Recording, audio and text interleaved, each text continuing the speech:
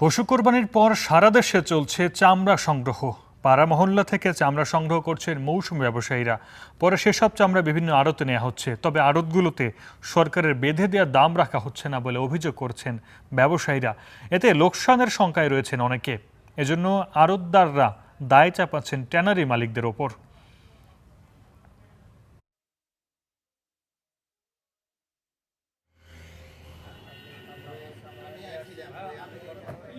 মনে করো মাদ্রাসা চলতে হবে, তো আমরা বুঝিনি যে মাদ্রাসা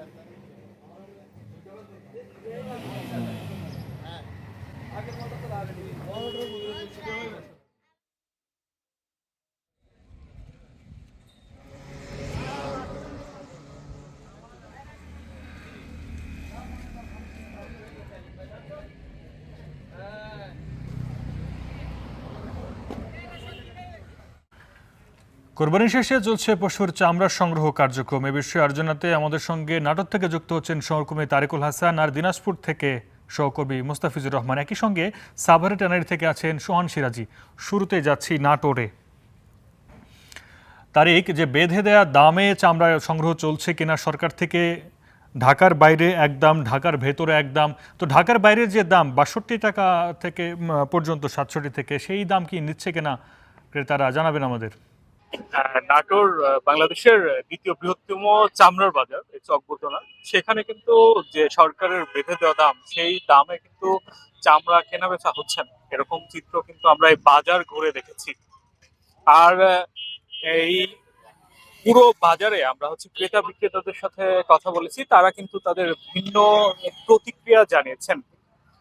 ক্রেতারা যেমন অভিযোগ করেছেন যে তারা লবণ না থাকার কারণে, লবণ দেওয়া না থাকার কারণে যেমন চামড়া সরকার নির্ধারিত মূল্যে কিনতে পারছে না, তার ঠিক বিপরীতে যারা খুচরা ব্যবসায়ী, মৌসুমী ব্যবসায়ী, তারা কিন্তু হতাশার কথা জানিয়েছেন। তারা বলেছেন যে বিভিন্ন জায়গা থেকে চামড়া কিনে নিয়ে এসে সরকারি মূল্য তো দূরে থাক, তারা যে প্রত্যাশিত মূল্য সেইটুকুও পাচ্ছে না। এর বিপরীতে যারা ব্যবসায়ী, তারা কিন্তু বিভিন্ন ধরনের কথা বলেছেন। যে কথা বলতেছিলাম, যে লবণের কথা বলার পাশাপাশি তারা ল্যাম্পি স্কিন ডিজিজের কথা বলেছেন। তো অনেক চামড়া এই ডিজিজটার কারণে তারা দাম দিতে পারছেন না। এখানে নাটোরের জেলা প্রশাসক আসমা শাহীন কিন্তু পরিদর্শন করেছেন, এবং তিনি কিন্তু এই বাজার ব্যবস্থাপনায় মনিটরিং টিম নজরদারি করছে এরকম তথ্য জানিয়েছে। যদিও সেরকম কোনো চিত্র তারপর থেকে আর চোখে পড়েনি, যে এই দাম যে তদারকি করছে ক্রেতা বিক্রেতার সাথে, তো সেরকম তথ্য চোখে পড়েনি। নাটোরের এই চামড়া বাজারে এখন জমে উঠেছে আর কি। বিভিন্ন জেলা থেকে চামড়া আসা এর মধ্যে শুরু হয়েছে।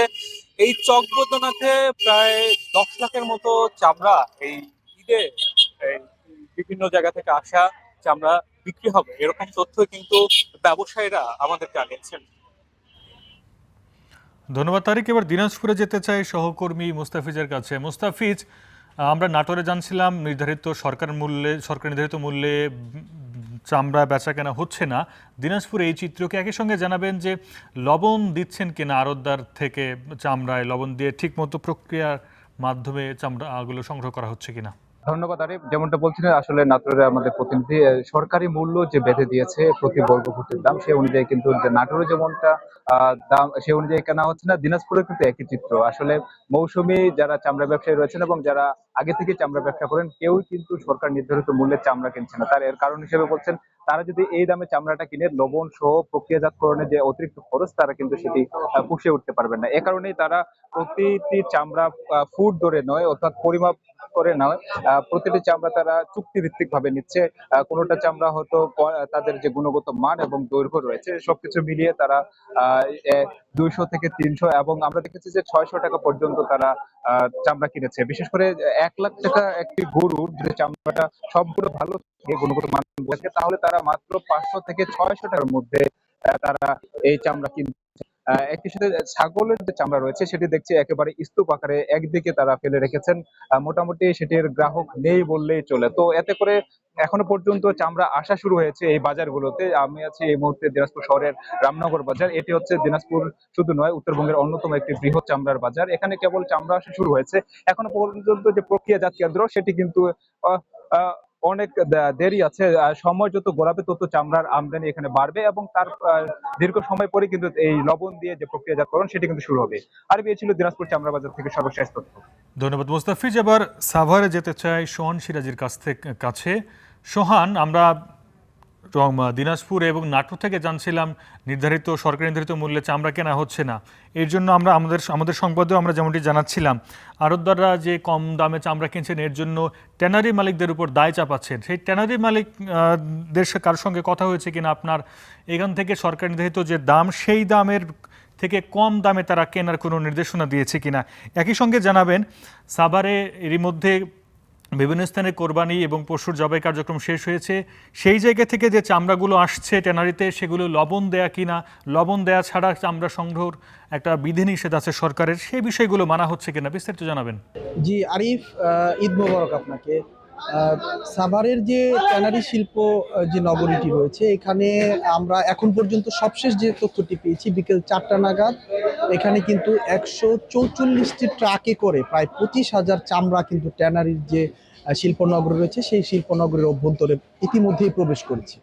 এর বাইরে কিছু ট্রাকের চামড়া কিন্তু এই যে আমি এখন যে জায়গাটিতে রয়েছি এরকম বাহিরে অবস্থিত যেই আড়ত যেগুলো রয়েছে সেই আড়তে কিন্তু তারা প্রবেশ করাচ্ছে এবং এখানে সেটি প্রক্রিয়ার জন্য যে লবণ মাখানোর কাজ সেটি কিন্তু তারা করছেন।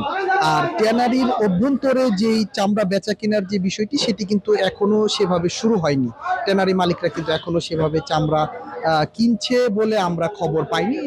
তাই আমরা কিন্তু এই মুহূর্তে এই যে বাইরের যে আড়তগুলো রয়েছে ছোট সেখানে রয়েছি এবং সেখানে আমরা দেখছি যে তারা কিন্তু একের পর এক এই যে চামড়া সেগুলো ট্রাক থেকে আনলোড করে তারপরে এখানে এই যে লবণ মাখানোর যে প্রক্রিয়াটি সেটি কিন্তু তারা সম্পন্ন করছে। আর দামের যে বিষয়টি আপনি জানতে চাইলেন সেই বিষয়ে এখন পর্যন্ত এখানকার যারা সংশ্লিষ্ট রয়েছে তারা কিন্তু মুখ খোলেনি। তারা কিন্তু এখন পর্যন্ত যে কি দামে কেনা বেচা হচ্ছে সেই বিষয়টি কিন্তু তারা অস্পষ্টই রেখেছে। তারা কিন্তু এখন পর্যন্ত আমাদেরকে সেই বিষয়টি স্পষ্ট করেনি। তবে আমরা এখান থেকে আশপাশের যারা রয়েছে তাদের যে অভিব্যক্তি সেটি নিয়ে যেটি জানতে পেরেছি, ওই বরাবরের মতো কম দামে যে চামড়া কেনার যে একটি প্রবণতা সেটি কিন্তু সেই প্রবণতা কিন্তু আমরা এবারও দেখতে পাচ্ছি। আর আপনাকে যদি আরেকটি তথ্য জানিয়ে রাখি যে এবার চামড়া যে সাভার চামড়া শিল্প নগর রয়েছে তাদের যে লক্ষ্যমাত্রা সেটি প্রায় 65 লাখ পিস কিন্তু চামড়া তারা এবার এই কোরবানিকে কেন্দ্র করে